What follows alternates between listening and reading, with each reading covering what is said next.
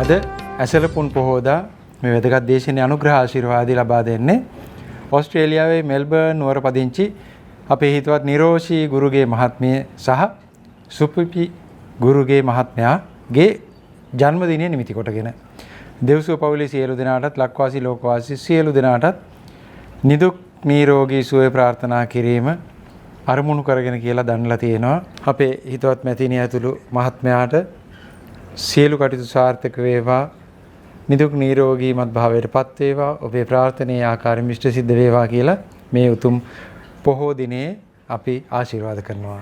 බොහෝ දෙනා අපෙන් අහන ප්‍රශ්නයක් තමයි මේ මාර්ගඵල වලටපත් වෙන්නේ කෙසේද? මේ චිත්ත ස්වභාවය ඉහළට ගමන් කරවන්නේ කෙසේද? ධ්‍යාන ලබා ගන්න කෙසේද කියන දේවල්. එතකොට මේ ප්‍රශ්න වලට එක එක තැන් වලින් එක එක විදිහේ පිළිතුරු ඔබට ලැබිලා ඇති. මගෙන් ඔබ විමසන්නේ මගේ පිළිතුරයි. ඒක නිසා මගේ පිළිතුර මටම අනන්‍ය වෙච්ච දෙයක්. අපි මේක අර ඔබ කියන වගේ මම බොහොම පැහැදිලි කරලා දෙන්න නිසා මම පැහැදිලි කරලා දෙන්න බලාපොරොත්තු වෙනවා. මේ හැම දෙයකින්ම කියන්නේ චිත්ත ස්වභාවය උසස් තත්ත්වයට පත් කර ගැනීමයි. මාර්ගඵලපත් වීම, උසස් මානසික තත්ත්වයකටපත් වීම, මේ සියල්ලම කියන්නේ ඔබේ මානසික තත්ත්වයේ ඉහළට ගමන් කිරීමයි. ඒ තුලින් ඇතිවෙන ශක්තියින් වලින් තමයි බොහෝ විස්මිත දේවල් කරන්නේ. නොඑක් ධ්‍යාන තල කියලා කියන්නේ ධ්‍යාන මට්ටම් වලට ගමන් කරන්නේ ඔබේ ඒ සිතේ දියුණු තත්ත්වය මතයි. එතකොට ඒ සිත දියුණු වෙනකොට සිතකට දෙයක් කරන්න පුළුවන්. සිතක් ශක්තිමත් වෙනකොට දෙයක් කරන්න පුළුවන්. එතකොට ඒ දේවල් වලට කියනවා 이르දි ප්‍රාතිහාර්ය කියලා. 이르දි පෙන්නනවා කියලා. විශේෂයෙන් බෞද්ධ අය දන්නවා මේ සිතේ දියුණු කරනකොට එක එක තල එක එක මට්ටම් වලට එනකොට ඒ ස්වභාවයටපත් වෙච්ච කෙනෙකුට කරන්න පුළුවන් දේවල් වෙන වෙනම තියෙනවා. ප්‍රථම ධානයටපත් වෙච්ච කෙනෙකුට මේ දේවල් කර හැකියි. ද්විතීය ධානයටපත් වෙච්ච කෙනෙකුට මේ දේවල් කළ හැකි ආදි වශයෙන් දේවල් තියෙනවා. එතකොට දැන් ඔබ මේ අහන්නේ මේ තලවලටපත් වෙන්නේ කෙසේද කියන එකයි. අතිරේක ඵල ගැන නෙවෙයි. මේ තලවලටපත් වෙනවා කියන්නේ ඔබ ඉස්කෝලේට ගිහිල්ලා බාර දුන්නාම පොඩි දරුවෙක් විදිහට ඔබ ශ්‍රේණිගත වෙනවා. ටික ටික ඔබේ දැනුම වර්ධනය වෙනකොට ඔබේ බුද්ධිය මෝරනකොට ඔබ ඉහළ පන්තියකට යනවා. එතකොට එතනින් තව ටිකක් ඔබ දියුණු වුණාම ඊගාව පන්තියට යනවා. මේ විදිහට ශ්‍රේණිය වලට ගමන් කරනවා ඉහළ තත්ත්වයේ. ඒ විදිහම ඔබේ මානසික තත්ත්වය දියුණු වෙනකොට ආධ්‍යාත්මික පැත්තෙන් පොතෙන් දැනුමෙන් නෙවෙයි. ඇයි මම එසේ කියන්නේ? පොතෙන් දැනුමෙන් බුද්ධිමත් කෙනෙක් වෙලා තමයි ඔබ පාසලේදී පළවෙනි ශ්‍රේණියට, දෙවෙනි ශ්‍රේණියට, තුන්වෙනි ශ්‍රේණියට ආදි වශයෙන් ගියේ. හේතුව බුද්ධිය ඔබට පොතෙන් ආවා, දැනුම ආවා. එතකොට ඒ භෞතිකයි. ඔබට එතකොට දෙවෙනි ශ්‍රේණියට ඔබ උසස් කරා භෞතිකයි. ඒ ශ්‍රේණිය ඇහැට පේන තියෙන තැනක් භෞතික ලෝකයේ දෙයක්. තුන්වෙනි ශ්‍රේණියට ගියා භෞතිකයි. එතකොට ඔබ පොතකින් ලබන දැනුම ඔබ කරා ඉන්නේ භෞතිකවයි. ඒකට භෞතිකේන දැනුමට කියන භෞතික දැනුමක් කියලා. එහි අන්තර්ගත වෙලා තියෙන්න පුළුවන් වෙනත් විෂයක්. ආධ්‍යාත්මික විෂය අන්තර්ගත වෙලා තියෙන්න පුළුවන්. බොහොම පැහැදිලිව මේක තේරුම් ගන්න. මෙහෙම දෙයක් තියෙනවායි, මෙහෙම වුණොත් මෙහෙම වෙනවායි කියන වැඩසටහන විස්තරය ඒ පොතේ තියෙන්න පුළුවන්. පොත භෞතිකයි. අකුරු භෞතිකයි. එහි තියෙන අදහස් එතකොට භෞතික අදහස්. ඒකේ තියෙන්නේ ආධ්‍යාත්මික දෙයක් ගැන. එතකොට එය සම්පූර්ණයෙන්ම වෙනත් විෂයක් ආධ්‍යාත්මික විෂය. අර පොතේ භෞතික දැනුමින් කරලා උසස් තත්යකට දාන්න පුළුවන්ද කියලා හිතන්න. අපි හිතමු ගුවන් යානයක් ගැන. ගුවන් යානයේ සම්පූර්ණ විස්තරය ගුවන්ගත වීම පොතක පෙන්වන්න පුළුවන්. ලියලා තියන්න පුළුවන්. කටින් කියන්නත් පුළුවන්. ඒ දැනුම කෙනෙකුට දෙන්නත් පුළුවන්. නමුත් ඔහු සැබවින්ම පියාසර කරන්න නම් සැබෑ ගුවන් යානයක නැගලා ක්‍රියාත්මක වෙන්න ඕන එක වෙනම අත්දැකීමක්. පොතෙන් පමණක් ඒ දේ කළ හැකි නම් අභ්‍යාස කිරීමෙන් තොරව ඒ ගුවන් යාන පදවන්න උගන්වන තැන්වල ඒ මූලික කරුණු ටික කියලා දුන්නාන් පස්සේ ඇයි ප්‍රායෝගික පුහුණුවක් දෙන්නේ? ඇයි ගුවන් යානයට නගලා මේක පදවන්නේ මෙහෙමයි කියලා දෙන්නේ? අරක ප්‍රමාණවත් නැති නිසා. ඒක විතරක් තිබුණාට කවදාවත් ගුවන් යානයක් පදවන්න බෑ. අපි හිතමු ඒ ටික නැතුව කෙනෙක් මේකට නැග්ගා කියලා උපදේශක මහත්තයෙක් එක්ක. ඌ එළවයිද? පදවනවා අනිවාර්යෙන්. ඇයි? උපදේශක කෙනෙක් ඉන්නවා එයා මේ විදිහට ඒක කරලා පෙන්නනවා. ඒක සැබෑවීම යාට යථාර්ථයක් විදිහට පෙන්නනවා. මෙහෙම කරොත් මේක මෙහෙම වෙනවා. මෙහෙම කරොත් මේක වැටෙනවා. පෙන්නන නිසා ඔහුට ඒක ග්‍රහණය වුණාම ප්‍රායෝගිකව එහි යෙදෙනවා. එතකොට ආධ්‍යාත්මික විද්‍යාව ප්‍රායෝගිකයි. ප්‍රායෝගික ක්‍රියා කිරීමකින් තොරව පොතෙන් කවදාවත් මේ දේවල් ටික ලබා ගන්න බෑ. පොතේ දැනුම මූලික දැනුමක් විදිහට තියාගත්තට ප්‍රශ්නයක් නැහැ. හැබැයි අමතක කරන්න එපා. ආධ්‍යාත්මික ලෝකයේ ජයගත්තේ බුදුරජාණන් වහන්සේ පොතෙන් නෙවෙයි. බුදුරජාණන් වහන්සේගේ ගෝලය වන රහතන් වහන්සේලා කිසිවෙක් පොතෙන් නෙවෙයි. ඊළඟට සෝවාන් සකු르දාගාමි අනාගාමි අරහත් වෙච්ච ඇත්තෝ පොතෙන් ඒ தත්ත්වයටපත් වෙච්ච අය නෙවෙයි. හේතුව තමයි ඒ தත්ත්වය ආධ්‍යාත්මික දෙයක්. පොතකින් හෙවත් භෞතික දෙයකින් ආධ්‍යාත්මික ඵලයක් ලබන්න කවදාවත් බෑ. ඇයි ඔබ ප්‍රශ්න කරන්නේ නැත්තේ ඕන කෙනෙක්ගෙන් බුදුරජාණන් වහන්සේගේ කාලේ ලේඛන ශාස්ත්‍රයේ තිබුණා ඒවා පොතපතේ තිබිලා බහුල කරලා හැමෝටම දීලා රහත් කරන්න තිබ්බා නේද කියලා අයියෝ බහන්නේ නැත්තේ. ඒක ප්‍රයෝජනයක් වෙන්නේ නැති ඉතින් බුදුරජාණන් වහන්සේ දැනගත්තා අවබෝධය මතයි ඒ ප්‍රඥාව පහළ වෙන්නේ. පළවෙනි ඡේදය එසේයි. ඊළඟට ඔබ සිත දියුණු කරගන්නේ කෙසේද කියන උපදේශනය අපිට දෙන්න පුළුවන් දියුණු කරගත්තේ යුත්තේ ඔබමයි. එතකොට දියුණු වෙලා නැත්තියි කියලාත් අපි හොයන්න ඕනේ ඉස්සෙල්ලා. මිනිස්යාගේ චිත්තය ස්වභාවයෙන් ප්‍රභාස්වරයි. ප්‍රභාස්වරයි කියන්නේ එය ඊටාම ඉහළින් ක්‍රියාත්මකයි. 100%ක් බල ශක්තිය තියෙනවා. ඉහළම දියුණුවට පත් වෙලයි තියෙන්නේ. දැන් මේ දියුණුව යටපත් වෙලයි තියෙන්නේ. කෙනෙක් කියනවා මා සිත දියුණු කරනවා කියන එක එක්තරා විදිහකට ඒක වැරද්දක්. ඇයි? සිත ස්වභාවයෙන්ම දියුණුයි. එහෙමනම් අපි ඒ දියුණුව අඩාල කරලා වැට කඩළු බැඳලා තද කරගෙන ඉන්න දෙයි කරන්නේ. එහෙමනම් ඔබට කියන්න තියෙන්නේ මම මගේ සිතේ සැබෑ ස්වභාවය යථාවාදී ස්වභාවය එළියට එන්නට බාධා ඉවත් කරා කියලා කියනවනම් වඩා නිවැරදියි. ඒක තමයි විය යුතු දේ.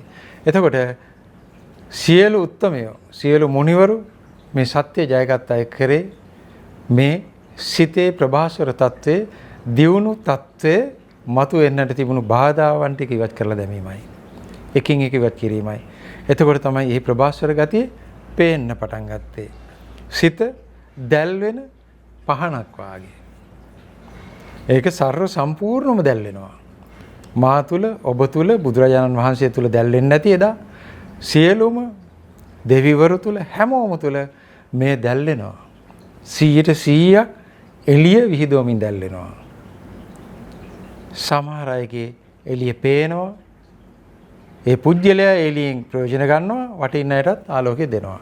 සමහර අය Tamanට විතරක් ආලෝකය පේනවා පිටස්තරයට එළිය දෙන්න තරම් හැකියාවක් නැහැ. මම හැකියාව නැත්තේ ඇයි කියලා කියන්නම්.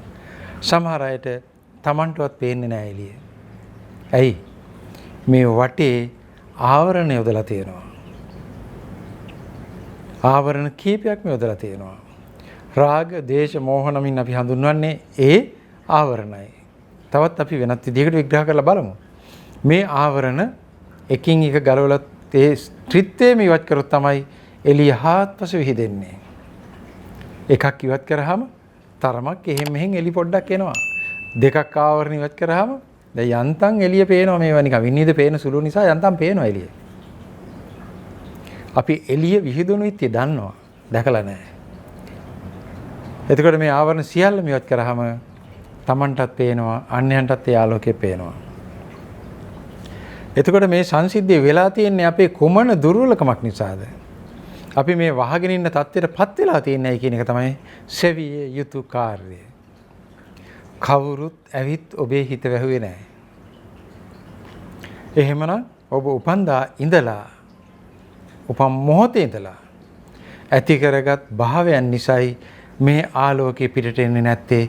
ඔබේ ප්‍රභාස්වර භාවයේ චිත්තේ පේන්නේ නැත්තේ, එළියට යන්නේ නැත්තේ, විවෘත වෙන්නේ නැත්තේ මෙන්න මේ නිසායි. මම ඔබට ප්‍රධාන කරුණු තුනක් කියනවා. බිය, සැක සංඛාව කියන තුනම අපට ඉදිරිපත් කරනවා. සංඛාව කියන්නේ කනගාටුව. බිය, සැකය, කනගාටුව.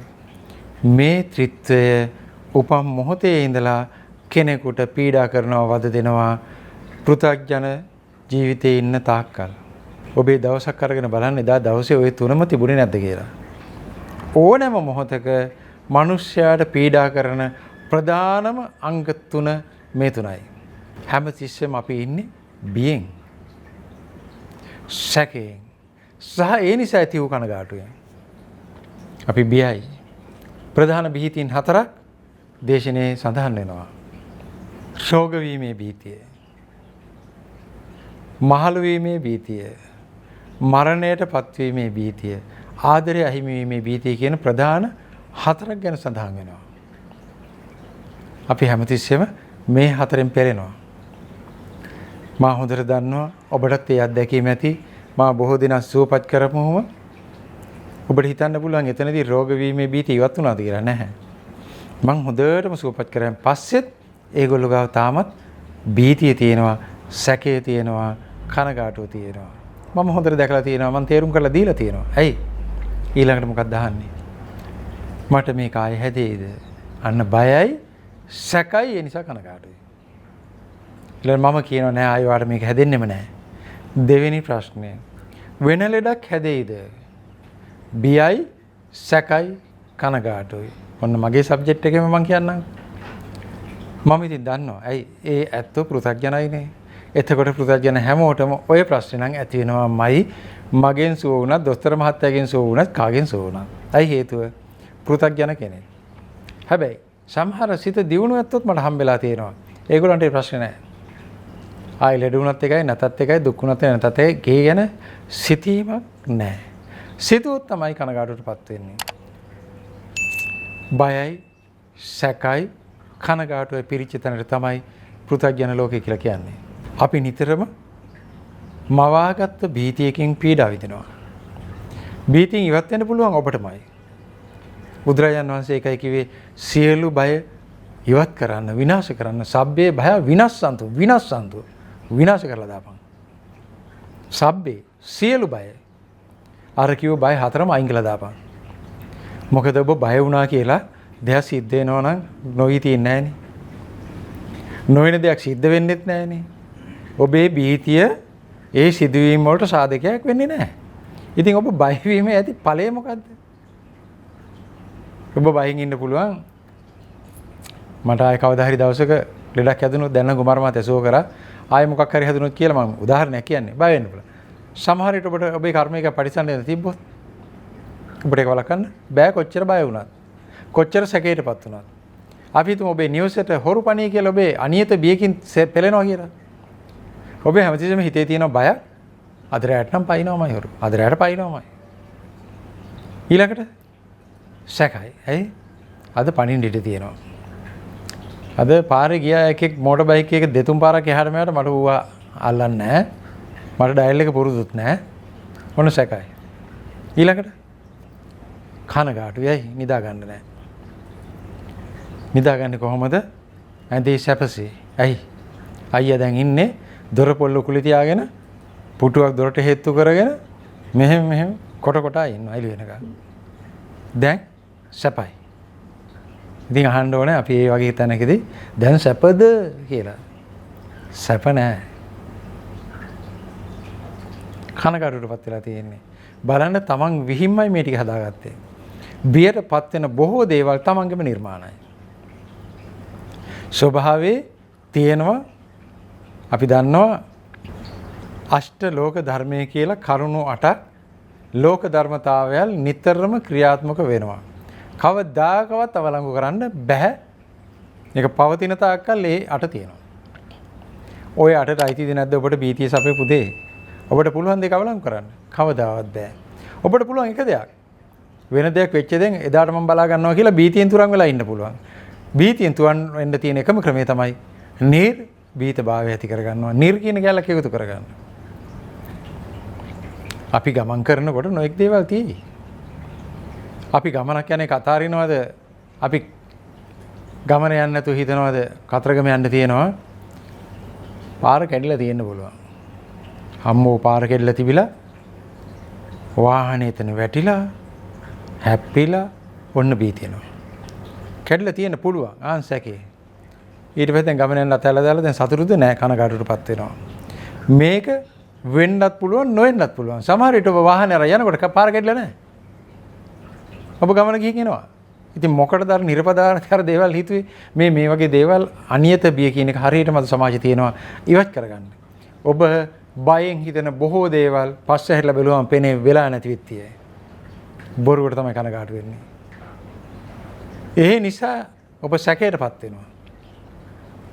නිතරම සැකයෙන් පසු වෙනවා.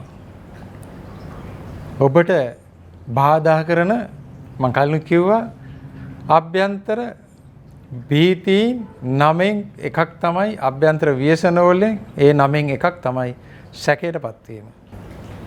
මට මතකයි අර එක කාටුන් එකක් තිබුණා. ඒකේ ඉන්න අය වගේ එක්කෙනෙක් ඇඳලා. මොකද දන්නවද? හැම තිස්සෙම මෑන්ට සැකයි. මොකක් හරි අනිත් කට්ටිය කරමු කිව්ව ගමන් කියන්නේ ඔය හරියද දන්නේ නැහැ. මට ඉතින් ඔකන හරියන්නේ නැහැ. මිනිහ බලන්නේම සැකෙන්මයි. හැම තිස්සෙම සැකෙන් බලන්නේ. හැම දෙයක් දිහාම සැකෙන් බලන්නේ. ඒක මානසික වෛද්‍යතුමාලා දන්නවා ඒක මානසික ව්‍යාධියක්. ඒ සැකේ නිසා තමයි බිය උපදින්නේ. ඒ නිසා තමයි ඔබට කනගාටු ඇති වෙන්නේ. මේ තුනම එකකට එකක් සම්බන්ධයි. බලන්න බොරුද කියලා. කොයි එක කලින් ඇති වුණත් අනිත් දෙක එක පස්සේ එනවා. හොඳට බලන්න. ඒ තුනේ ස්වභාවය ඒකයි. මේ තුන පේලියට අපි ලියනවා නම් වැරදි. මේ තුන ඔබ සටහනක් ගන්නවා නම් ඔබ ත්‍රිකෝණයක් ඇඳලා ත්‍රිකෝණේ අර කොන් තුනට දාන්න සැක බිය කනගාටුව කියලා. එතකොට කොයි පැත්තෙන් කොයි පැත්තට කරකුණත් එකක් පස්සේ එකක් අනිවාර්යෙන් ඇවිල්ලා ඔබට පීඩා කරනවා විතරක් නෙවෙයි අන්න අර ඔබේ ප්‍රභාස්වර චිත්තයට හානි කරන්න පටන් ගන්නවා. එතකොට ඔබ මාර්ගඵලයටපත් වන්නේ කෙසේද? මාර්ගයට යන්න ඕන ඉස්සෙල්ලාම මාර්ගයට ගිහිල්ලා මාර්ගයේ ගමන් කිරීමෙන් තමයි මාර්ගඵලය ලැබෙන්නේ. සෝවාන් මාර්ගයට ඔබ පිවිසෙන්න ඕනේ. සෝවාන් ඵලයට පිවිසෙන්න කලින්. ඒක නිසා ඔබ යම් දියුණුවකට යන්න නම් ඔබ එතෙන් ප්‍රවිෂ්ඨ වෙන්න ඕනේ. ප්‍රවිෂ්ඨ වෙන්න නම් අපිට සුදුසුකම් තියෙන්න ඕනේ. සුදුසුකම් තමයි මෙන්න මේ සහතික තුන ඔබ ලබා තියෙන්න ඕනේ. බිය නැතිකම, සැක නැතිකම, කනගාටු නැතිවීම. නිර්භීත භාවයේ තියෙන්න ඕනේ. කිසිවක් සැක කරන්නේ නැහැ. ඊළඟට ඔබ චිත්ත ප්‍රීතියෙන් පසු වෙන්න ඕනේ. මෙන්න මේ කරුණුත ඔබ ළඟා කරගත්තොත් අනිවාර්යෙන් ඔබට අන්න අර මූලික සුදුසුකම ලැබෙනවා. දැන් මෙහි අනිත් පැත්තක් තියෙනවා නිරුද්ධ පාර්ශ්වය. මම අර කිව්ව නිර්භීත භාවය. ඔබ බලන්න ඒවත් එකක් පස්සේ එකක් එනවා. ඔබ නිර්භීත නම් ඔබට සැකයක් එන්නේ නැහැ. සැකේ තියෙන්නේ භීතිය තියෙන තැනයි. ඒවා නිසා ඔබ කනගාටුවටපත් වෙනවා වගේම ඒවා නැති වුනහම අනිත් පැත්තත් ඔබට ලැබෙනවා. ඒවත් ප්‍රීතිමත් භාවයේ සතුට ඔබට ලැබෙන්න පටන් ගන්නවා. සතුටටපත් වෙච්ච ප්‍රීති සහගත චිත්තේ තමයි ප්‍රභාස්වර වෙන්නේ. මම ඔබට කියන්නේ අභ්‍යන්තර ප්‍රීතිය කියලා. ඔබට මේ සිතේ ප්‍රභාස්වර භාවය ඇති කර ගන්නට මම ඔබට මේ උතුම් පොයේ දවසේ නිර්දේශ කරන්නේ මෙන්න මේ කරුණු තුනෙන් මිදෙන්න. පළවෙනි එක ඊට වැදගත්. සබ්බේ භයා විනස්සන්තු. මගේ අද දේශනේ ඒ කාරණේ මුල් කරන් තමයි මම ඔබට දේශනා කරේ. සබ්බේ භයා විනස්සන්තු. කෙසේද ඔබ බිය නැති කරගන්නේ? අපි යන් එතෙන්ට. ඔබට යමක් ගැන බයයි. අපි හිතමු උදාහරණයක් විදිහට ඔබට උගක් හිතෙන එකක් තමයි කොහේ හරි කැක්කුමක් එහෙම ආවොත් පරණ මේසයක කකුලක හරි වැදිලා ටික දවසක් ඕක රිදෙන්න ගත්තොත් ඊළඟට තියෙනවා මානසික ස්වභාවයක් පිළිකාවක් ඇති. මට බොහෝ දෙනා හම්බෙලා තියෙනවා. ඔබත් දන්නවනේ. අපේ ශරීරයේ අභ්‍යන්තරය අපිට පේන්නේ නැහනේ. පේන්නේ නැති නිසා අපි නිතරම හිතනවා පිළිකාවක් ඇති. පිළිකාවක් ඇති. පිළිකාවක් ඇති. මගේ පිටේ තියෙන ගෙඩිය පිළිකාවක්. මගේ පපුවේ තියෙන ගෙඩිය පිළිකාවක්. අතේ කැක්කුම දෙන්නේ මෙතන පිළිකාවක්. මෙන්න මේ වගේ බීතියකින් පෙළෙනවා. බොහෝ දෙනෙක්. උදාහරණයක් පමණයි. එහෙම අයට හොඳම දේ තමයි ඒ ගැන විමසලා බලන එක. පරීක්ෂා කරන එක. දැන් අද නොයෙක් ක්‍රම තියෙනවනේ පරීක්ෂා කරලා බලලා. එය විමර්ශනශීලීව බලලා බොහෝ වෙලාවට එහෙම එකක් නැහැ. ඔබ අර බීතිය නිදහස් වෙනවා. තිබුණා කියමු. එතකොට දැන් ඔබ ඉතා හොඳින් දන්නවා සැකයක් නැහැ එකක් තිබේ. එතකොට තැන ස්ථිරයිනේ. එක්කෝ තියෙනවා නැත්තම් නැහැ. සැකයක් නැත. සැක ඉවරයි. එතකොට දැන් ඉතුරුලා තියෙනවා දෙකක්. මොකද්ද? දුකයි භීතියයි. එකක් ඉවරයි. දැන් භීතිය ඉවත් කරගත්තොත් දුක නැති වෙනවා. අපි දන්නවා. එහෙමනම් භීතිය ඉවත් කරගන්න අපි වෛද්‍යවරයෙක් ගාවට ගිහිල්ලා අරක ඉවත් කළා දැම්මම භීතියත් ඉවරයි. දුක නැති වෙනවා. බොහොම පහසුයි. ඒකට තමයි කියන්නේ ඔය විදර්ශනා කියනවා වගේම තමයි විමර්ශනය කියන එක. විමර්ශනශීලී වීමෙන් හොයලා බැලිල්ලෙන් එහි ගැඹුරට ගමන් කරලා පරීක්ෂා කරලා බැලීමෙන් ඔබට ඒ භීතිය නැති කරගන්න පුළුවන්. ඒ විදිහම ඔබට යම් සැකයක් ආවා කියමු. අද සැක තියෙනවා හැමතැනමනේ. උදේට වැඩට යනකොට කලින් ගිහිල්ලා ඇවිල්ලා කලිසම එල්ලුවා ඇඳුම් ඇටේ. පහුවද උදේට යනකොට පර්පස් එකෙන් නෑ කීයක් හරි නෑ. දැන් සැකයි. කවුද? වයිෆ් දුන්නද බැටේ? පොඩි එකා දුන්නද බැටේ? දැන් සැකයි. දැන් සැකයි. සැකී තියෙන තැන කනගාටුවකුත් තියෙනවා. බීතියකුත් තියෙනවා. මේක වර්ධෙන්ලා ගියොත් එimhe ඉවරයි පර්ස් එක. දැන් මොකද්ද ඔබට කරන්න තියෙන එකම දේ? ඔබට යම් භෞතික ක්‍රම තියෙනවා පර්ස් එකට මොකද්ද වෙන්නේ කියලා හොයලා බලන්න. පොඩ හැංගිලා ඉඳලා බලන්නත් පුළුවන්. නොඑක් නේ ක්‍රම මම කියන්න ඕනේ දන්නවා. CCTV කියලා જાති දැන් තියෙනවානේ. දැන් මහම අගේට පේනවා පොඩි එකා ඇවිල්ලා සාක්කුවට බෑලා මෙහෙම කරලා කොලේ ගන්නවා. අර අහිංසක මිනිස්සයා බැනුම් ගන්න ඕනේ නැහැ ගෙදර. ඒ වගේ ක්‍රමසා විදි ගැන මම මේ කියන්න යන්නේ නැහැ. මම කියන්නේ ඔබ මේ පරීක්ෂාවට භාජනය කිරීමෙන් ඔබට අන්න සැකේ නැති වෙනවා. පරීක්ෂාවට භාජනය විමර්ශනයට පත්වීමෙන් සැකය අවලංගු වෙනවා. භීතිය නැති වෙනවා. එතකොට මේකම ඔබට ධර්මයේ ගැනත් බලන්න පුළුවන්. ධර්මයේ ගැන ඔබට සැකයක් තියෙනවා නම් මම වැරදි ධර්මය අහන්නේ කියලා ඔබට භීතියක් තිබුණොත් කනගාටු වෙතන තියෙනවා. ඔබට පුළුවන් ඒ ගැනත් විමර්ශනශීලී වෙන්න. මම කියන මොකක් හරි බයිල ගැන හරි කමක් නැහැ. විමර්ශනශීලී වෙන්න මම කියන එක ඇත්තද කියලා හොයන්න පුළුවන් වෙන්න ඕනේ. කවුරු හරි කියන කරුණක් ගැන විමර්ශනශීලීව බලන්න. ආර්යයන්ගෙන් පොඩ්ඩක් අහන්න. ඇත්තද බං ඔයා කියන එක ඇත්තද? එයා කියන ඒවා හරිද? වැඩක් නැහැ. ඇයි ඔබට ඒක අහලා විමර්ශනය කරගන්න තරම් බුද්ධියක් නැත්නම් ඔබට ඒක වෙන කාගෙන්වත් අහලා ඔබ ඒක කරගන්න වෙන්නේ නැහැ. ඔබට විමර්ශනය කිරීමේ හැකියාව තිබ්බොත් විතරයි විශේෂයෙන් ආධ්‍යාත්මික විෂයක් තේරෙන්නේ. ඔබට ඒ පරතරයට මුලින්දන් අගට අගින්දන් මුලට කියන දහම මම කියන දෙයක් කියන්නකෝ. ඒක විමර්ශනය කරලා විශ්ලේෂණය කරලා බලලා ඔබේ බුද්ධියට ගෝචරද නැද්ද මේක මෝ කියන එක ඇත්තද නැත්නම් බොරුද කියලා හොයාගන්න බැරි නම් අහල පහල මිනිස්සුන්ට මේක පෙන්ලා හිතවතාවට පෙන්ලා කවදාවත් ඔබට ඒ අවබෝධය එහෙයින් ලැබෙන්නේ නැහැ. ඒ කියන්නේ ඔබට ඒක ගෝචර නැහැ. ඔබේ බුද්ධියට එහෙයින් තියෙන කියන එකයි ඒකෙන් තේරෙන්නේ. එතකොට හැමතැනමදී මේ විමර්ශනයටපත් වුණොත් ඒ සැකේ නැති වෙනවා. අද සැක තියෙනවනේ. මොකද්ද? බුදුන් වහන්සේ ඉන්දියාවේ නෙමෙයි ලංකාවේ. තව කට්ටියක් කියනවා පිස්සු මුන්ට බුදුන් වහන්සේ ඉන්දියාවේ උපන්නේ. සැකයි. සැකේ තියෙන තැන බීතියකුත් තියෙනවා. දැන් කට්ටියක් බයයි බුදුන් වහන්සේගේ ධර්මයේ ප්‍රශ්නයක් බාටපත් වෙයි. කනගාටුවටපත් වෙනවා. ඇත්තටම ඒ නිසා බීතියටපත් විය යුතු දෙයක් තියෙනවා. සැකයට භාජනය වෙච්ච දේ අනුතරේ පවතින හැමතිස්සෙම. කුකුසාවොත් ඒකනේ සෝවන් වෙන කෙනාට විචිකිච්ඡාව වයින් කරලා දාලා කියන්නේ. දැන් මෙතන ඔය මම සැකේ නැති කරන්න කිව්ව එක ඔකට කියන තව නම තමයි විචිකිච්ඡාව. ඒ ධර්ම කරුණු ගැන. නමුත් විචිකිච්ඡාව කියන වචනේ හැම දෙයකටම පොදුයි. මගේ හිතේ විචිකිච්ඡාවක් තිබ්බල කියන්නේ. ඒ සෝවන් නෙර නෙවෙයිනේ. ඒක නිසා මේ වචනේ හැමතැනම පොදුයි. එතකොට මෙන්න මේ සැකය ඇති වුණොත් ඒක හරියාකාර තහවුරු කරලා ලෝකෙට විවර නොවුනොත් විනාශයක් වෙනවා. මම දකින්නේ ඔය බුදුන් වහන්සේ ඉන්දියාවේ ලංකාවේ කියන එකට ඔන්න ඔය උත්තරේ. ඇයි? එතන සැකයක් ඇති වුණොත් ඊගාවට එන පිළිතුර තමයි කට්ටිය කියන ඉන්දියාවේ කියලා කට්ටිය කියනවා ලංකාවේ කියලා. තව කෙනෙකුට කියන්න පුළුවන් පේනවනේ. හරි මතයක් නැහැනේ. එහෙම කෙනෙක් ඉඳලා නැහැ. ඔය බුද්ධ ආගම පස්සේ හාමුදුරු ටිකක් පොතක් ලියපු එක කියලා කිව්ව දවසට අපි ඉවරයි. මොකක්ද දෙන උත්තරේ? කවුරු හරි ඇවිල්ලා කිව්වොත් එහෙම හරි ඔබේ බුදුදහම අපි පිළිගන්නම් හරි ඔක්කොම හරි. හරියටම කියපල්ලකෝ කොහෙද උපන්නේ කියලා කිව්වොත් අනාතයිනේ. ඒක තමයි කියන්නේ මේ සැක සහිතව තිබිය යුතු නැති දේවල් තියෙනවා. සැක හැර දැනගත යුතු විමර්ශනය කරලා ලෝකයට හෙළිදරව් විය යුතු දේවල් කියලායි මගේ පිළිගැනීම තියෙන්නේ. එහෙම නෙවෙන තාක්කල් බුදුරජාණන් වහන්සේගේ ධර්මයේ සහ ඒ උත්තරීතර දහම අනතුරේ. ඒක තමයි ඒ සැකය ගැන කියන්නත් තියෙන්නේ. ඒක නිසා සැකයක් තියෙනවා නම් වහම නැති කරගන්න එය විමර්ශනශීලීව කිඳා බැලලා බැලීමෙන් පුළුවන්. ධර්මයේ පිළිබඳ සැකේ නැති වුනහම කාටවත් බය නැහැ. මායයට බයත් නැහැ. මොකද එහි ගමන් කරනවා නම් සැකේ නැත්තම් මේ ධර්ම හරියි කියලා එහි නියැලෙනවා නම් මොකකට බය වෙන්නද? මොකට දුක් වෙන්නද? බොහෝ දෙනා මගෙත් එක්ක ඉන්නයි කියන්නේ අපි දැන් හරිය සන්තෝෂෙන් සෑහලුවෙන් ඉන්නේ. අපි බය නැහැ මෙලෝ දෙයකට. ඔබතුමා කියපු සත්‍ය අපි අවබෝධ කරගෙන තියෙන අපි දන්නවා. ඇත්ත. එතන කිසිම සැකයක් නැහැනේ. උපන්නොත් මැරෙනවා වගේමයි කිසිම සැකයක් නැහැ. අනිවාර්යෙන් අපි මැරෙනවා. ඒකේ දෙකක් නැහැ. ඒ වගේම මරුණෙන් පස්සෙත් අපේ தত্ত্ব තියෙනවා එකේ කිව්වා. ඒකේ දෙකක් නැහැ ආයේ වෙනවමයි. එතකොට මෙන්න මේ දේවල් ක්‍රියාත්මක කරොත් අපිට බොහොම සැනසෙල්ලේ ඉන්න පුළුවන් මරණයෙන් පස්සේ. කවුද කිව්වේ?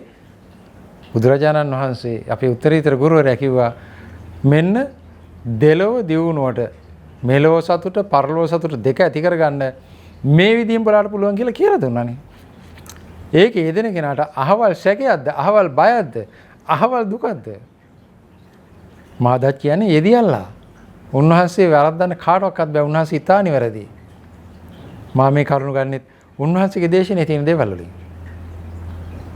එතකොට ඒ தත්ත්වයටපත් වෙච්ච කෙනාට බිය නැහැ, සැකය නැහැ, කනගාටුව නැහැ. ඊටාම යහපත්ව මේ ජීවිතය ගත කරනවා. පමණක් නෙවෙයි මරණයෙන් මත්තේ ඔහුගේ හෝ ඇයගේ ජීවිතයත් ප්‍රීතිමත් ජීවිතයක් බාටපත් වෙනවා. ඇයි? බිය, සැක, කනගාටුව නැති තැන තවත් කොමක්ද ඉතිරේ?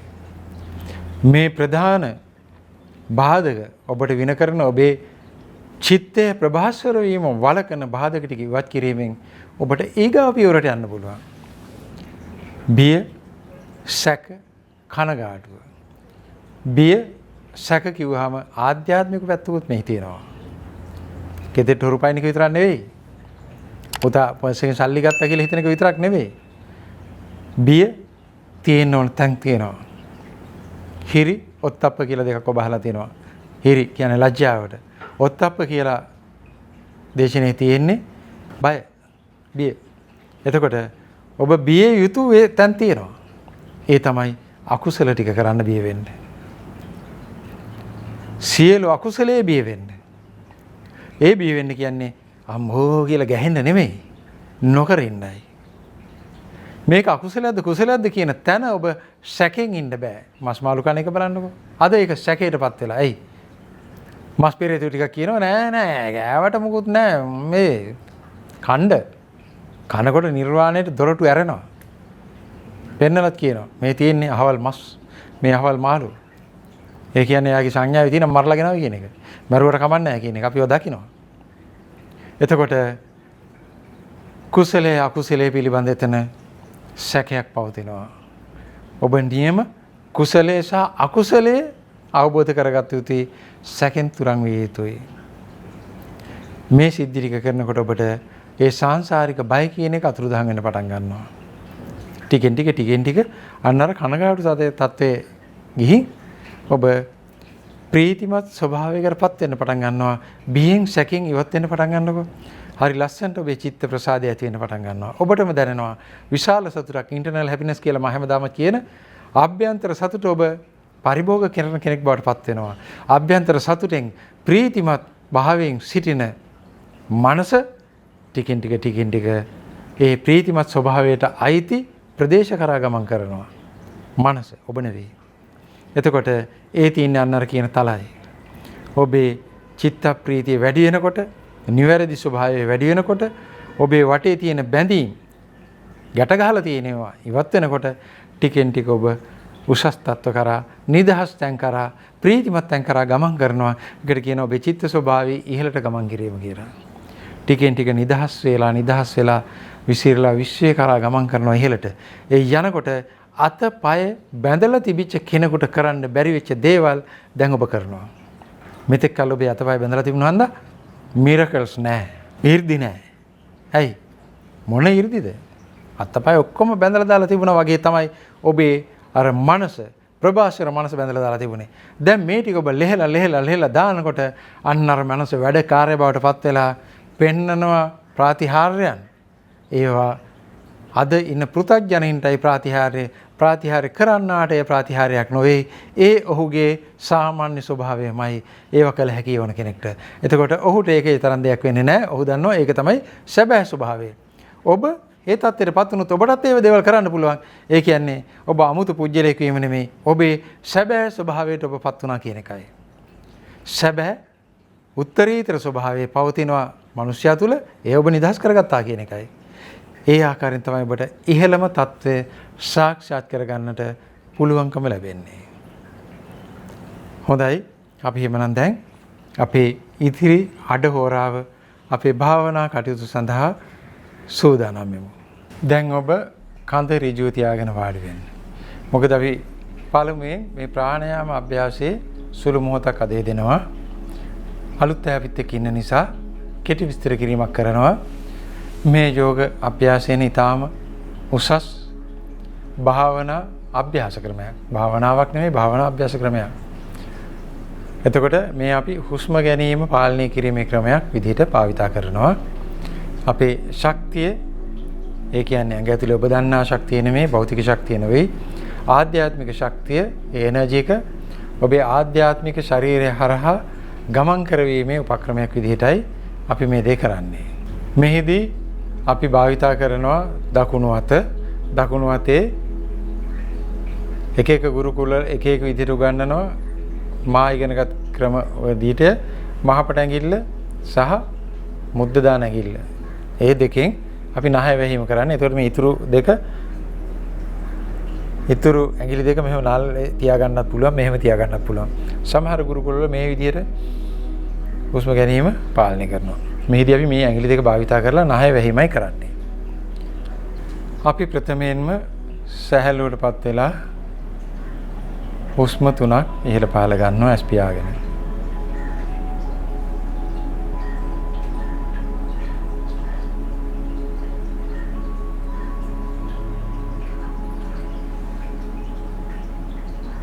දැන් ඔබේ වම් අත මේ විදිහට මම උකුල තියාගෙන ඉන්නේ ඔබත් තියාගන්න.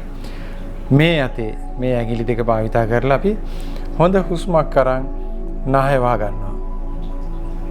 සිත තියෙන්නේ එතනයි. ඔබේ සිත විසිරෙන්න දෙන්නේ නැතුව ඔබ මේ කරන දේ ගැන සිත එක තැනට ඒකාග්‍ර කරගන්න.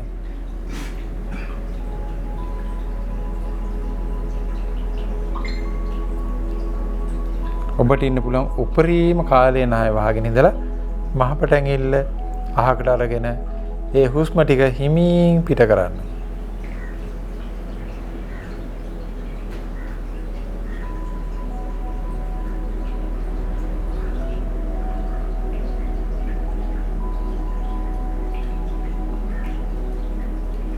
උපරිම වේලාව ගත කරන්න. සම්පූර්ණ හුස්ම ඉස් කරන්න. නැවත ඒ පැත්තෙන්ම හුස්ම අපි ගන්නවා. අරගෙන නැවත වහ ගන්නවා. වහගෙන අපි ඉන්න පුළුවන් උපරිම වේලාව ඔබ ඉන්න. ඒ වේලාව ඉතා වැදගත්.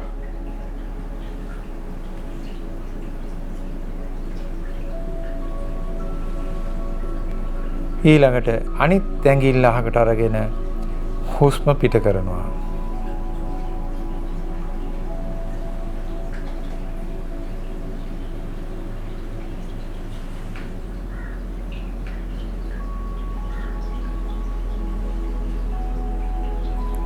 දැන් නැවත ඒ පැත්තෙන් අපි හිමින් හුස්ම ගන්නවා.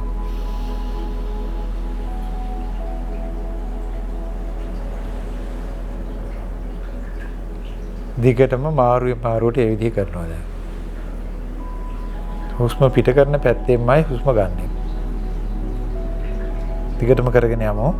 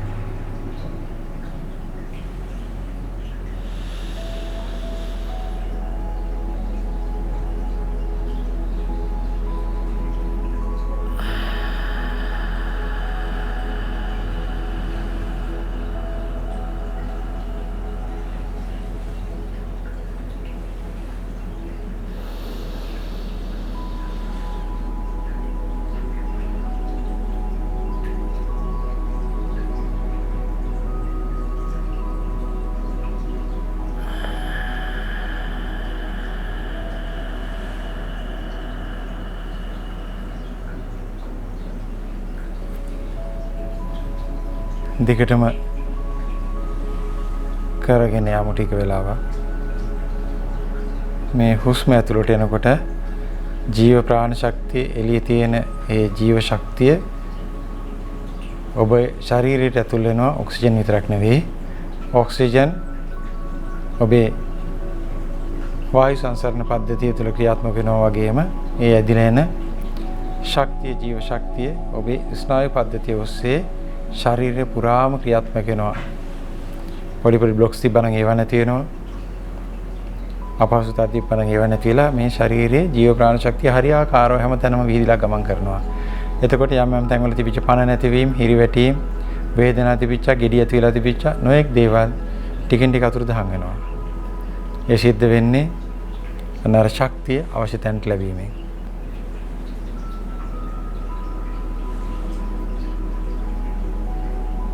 අනික් දවස්වලට ඔබ මේ මිනිත්තු කීපයක් කරන්න, අඩු ගානේ මිනිත්තු 4ක් 5ක්වත් කරන්න. හොඳයි, දැන් අපි අපේ සුපුරුදු භාවනා වැඩසටහනට අවතීර්ණ වෙමු. මේ උතුම් පොහොය දවසේ අපි මෛත්‍රී භාවනාවට යමු වෙමු. ඔබේ අල්ලවල් උඩ අතර තියාගන්න. අපි විශ්වය සමග සම්බන්ධතාවයක් ගොඩනගාගෙන විශ්වය තුල ඉන්න සියලුම දෙනාගේ ඒ අඩුපාඩු සකස් වෙන්නට අවශ්‍ය ශක්තිය මානසිකව සම්ප්‍රේෂණය කිරීමක් තමයි කරන්නේ මෛත්‍රී භාවනාවෙන්. ප්‍රාර්ථනාවක් විතරක් නෙමෙයි, අපි වෙනදා කරන්නේ නැති ඔබ මගේ භාවනාව කරන අය නෙවෙයි, වෙනත් තැන් වලට ගිහිල්ලා භාවනා කරපු ඇත්ත ඇති. ඔබ එහිදී කරේ ප්‍රාර්ථනාවක්. ලෝකයේ සිටින, උඩයේ සිටින, යට සිටින, නැගෙනහිර, බටහිර ඒ ආදි වශයෙන් මෙසේ වේවා කිව්වා. එක පැතුමක්, ප්‍රාර්ථනයක්. අපේ ක්‍රමේ ප්‍රාර්ථනා කිරීමක් නොවේ, ක්‍රියාත්මක කිරීමක්. ඒ සිතුවිලි වලින් උපදින ශක්තිය, චේතනාම ශක්තිය ක්‍රියාවක් බවට පත් වෙනට අවශ්‍ය කටයුතු සම්පාදනය කිරීම අපේ මෛත්‍රී භාවනාවේ ක්‍රමයයි. ක්‍රියාත්මක ක්‍රමයක්. යෝග විද්‍යාවේදී නම් කියනකොට බහලා ඇති යෝග කියන වචනේ ක්‍රියා යෝග කියලාත් අහලා ඇති. ඒ යෝගයේ ක්‍රියාවක් බවට පත් කිරීම. යෝග ක්‍රියා යෝග. නිවසේදී කරන යම් යම් දේවල් ක්‍රියා යෝග වලටයි තියෙනවා. ඒ වගේම අපි මෙතන මේ මෛත්‍රී කරන ක්‍රමයේ ක්‍රියා යෝග වලටයි තියෙන දෙයක්.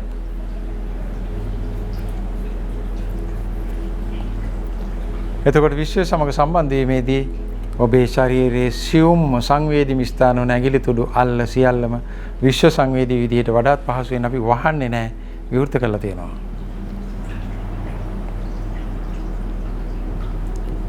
දැන් ඔබ නිසල්මන ඇස් පියාගෙන අපි දුරස්ස මෙහි කරා වගේ සිතුවිල්ලටපත් වෙන්න.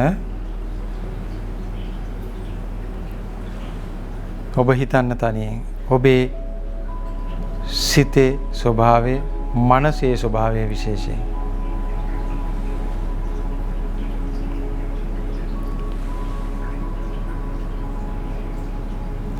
මගේ චේතනාව ඉතා පැහැදිලි. ඉතා පැහැදිලි චේතනාවක් මා තුළ තියෙනවා. ඒ ඉතාම පැහැදිලි. කිසි කලබලයක් නැහැ. අපි ඉතාම සංසුන්, ඉතාම පාරිශුද්ධ චේතනාවක් අපේ හදවතේ තියෙනවා. මගේ හදවතේ තියෙනවා. ඔබ ඒ විදිහට හිතන්න. ලෝකයේ සිටින සියලුම දෙනාගේ සියලු වේදනා ඉවත් වෙනවා. ඉවත් වෙනවා, ඉවත් වෙන්න ඕනේ. සියලු රෝග දුරු වෙන්න ඕනේ. ඒ උත්තරීතර චේතනාව මා සතුයි. ඒ කිසිම වෙනත් සංකල්පනාවකින් කිලිටි විලා නැහැ. මගේ ඒකායන බලාපොරොත්තුව ලෝකයේ වේදනාව විඳින සියල්ලන්ගේම වේදනාව නැතිවීමයි. හිසේ සිට පාදාන්තය දක්වා තියෙන සියලු රෝග ඉවත් වෙනවා. මගේ අදිෂ්ඨානයේ සත්‍යයක්, මගේ චේතනාව පිරිසුදු සත්‍යයක්. ඊටම අවංකවමයි මා මේ ප්‍රාර්ථනා කරන්නේ. අවංකවම චේතනාවක් බවටයි මා දෙපත් කරගෙන තියෙන්නේ. චේතනාහම් භික්ඛවේ කම්මං වදාමි. බුදුරජාණන් වහන්සේ කිව්ව දේ සත්‍යයක්. එහෙනම් මගේ චේතනාව සත්‍යයක්. පිරිසුදුයි මගේ චේතනාව. ඒ ක්‍රියාත්මක වෙන හිතේම හිතා හොඳින් දන්නවා. මගේ ශක්තිය සම්පූර්ණයෙන්ම නිදහස් කරනවා. ලෝකයේ සිටින සියල්ලන්ගේම සියලු ආකාරයේ රෝග නිරෝගී වන්නට. මේ අදහස ඔබේ හැඟීමක් බවට පත් කරගෙන ඔබේ වචනයෙන් එය මුමුණන්න පුළුවන්, සිතින් කියන්න පුළුවන්. අපි ආරම්භ කරමු.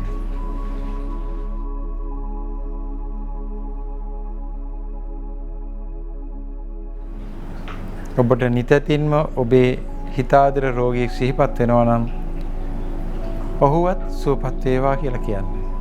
ඔහුගේ තියෙන පෙන්හළු ආබාධය ඒකාන්තෙම ඉවත් වෙනවා කියලා කියන්නේ.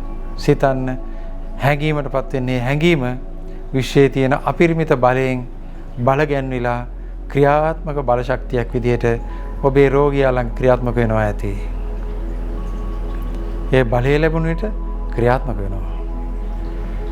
විශ්ව ශක්තියෙන් සුව කිරීම කියලා කියන්නේ ඒ නිසයි. විශ්ව ශක්තියෙන් පෝෂණය ලැබනවා. විශ්ව ශක්තිය කියන්නේ උත්තරීතර බුද්ධ ශක්තිය, උතුම් මුනිවරයන්න්ගේ, උතුම් ඍෂිවරුන්ගේ ශක්තියෙන් ඔබේ ඒ චේතනා ශක්තිය පෝෂණය වෙලා ක්‍රියාත්මක දෙයක් බවට පත් වෙනවා. ඒ රෝගියාගේ සිරුරු තුළ යථාර්ථයක් බවට පත් වෙනවා. ඒ ගෙඩි අතුරුදහන් වේවා කියලා ඔබ කියනකොට යථාර්ථයක් වෙන්නේසේ. හොඳයි. ඔබේ විදියට දිගටම සිතින් මෛත්‍රී කරන්න.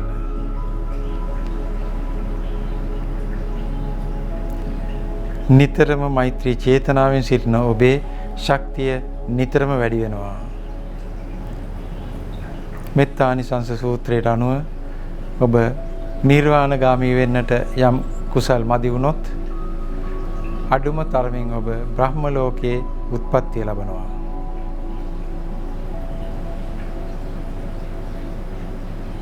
මේ ජීවිතේ හුරු කරගන්න. මේ සිතුවිල්ලෙන් හැමතිස්සෙම ඉන්න.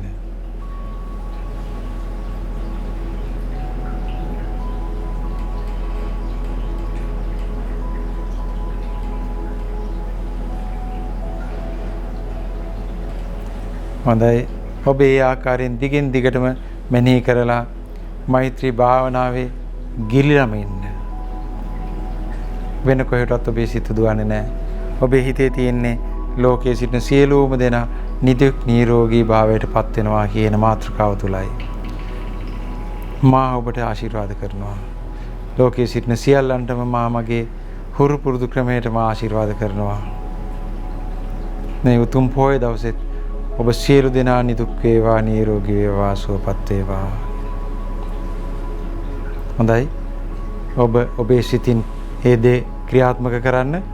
මගේ සුපුරුදු ආකාරයෙන් මම ඔබ ඇතුළු සියලු දෙනාගේම තියෙන ඒ සියලු රෝග නිරෝගී වෙන්නට මේ පසළොස්වක පොය දවසේ මා මගේ ශක්තිය යොමු කරනවා.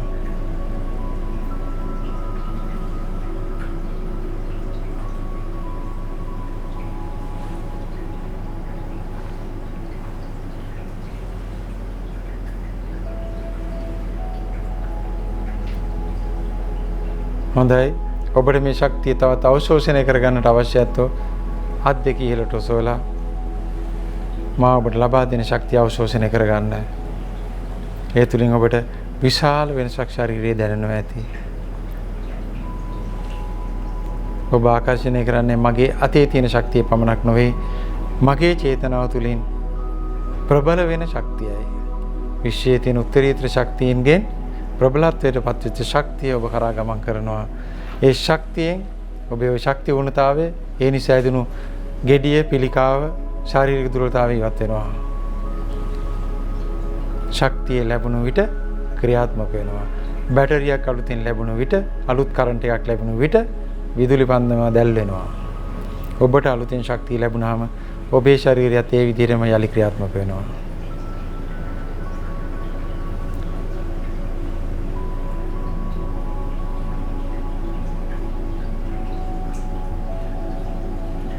හොඳයි. දැන් ඇස් අරින්න. දැන් නැවතත් සැහැල්ලුවට ඇවිත් හුස්ම දෙක තුනක් ආශ්වාස ප්‍රාශ්වාස කරන්න.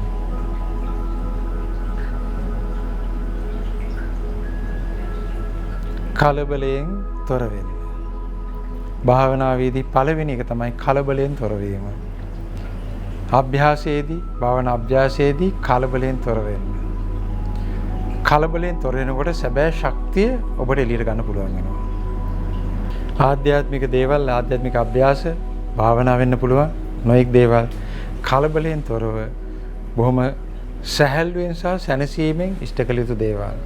භාවනා කරනකොටත් ඔබ පලිබෝධ රහිත විය යුතුයි. ඔබ දන්නවා බොහෝ දෙනා බත් මුට්ටිය බාලා තියලා එන්න, භෞතික වශයෙන් හීටරේ ගහලා එන්න එපා, අයින් එක ගහලා එන්න එපා.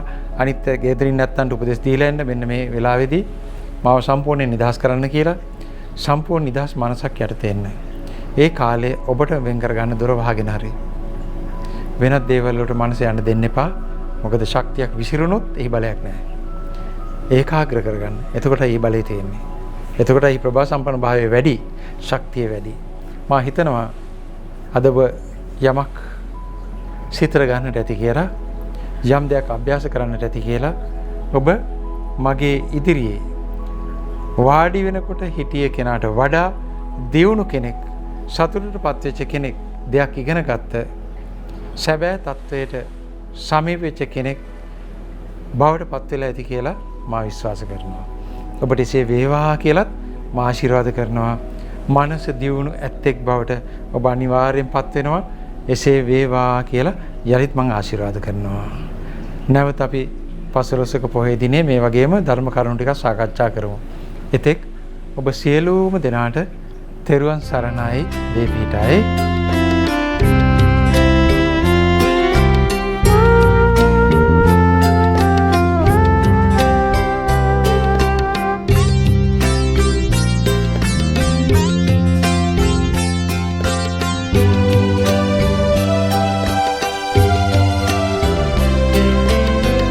නමාමි හිමියනි බුද්ධ දිවාකර, නමාමි සුමధుර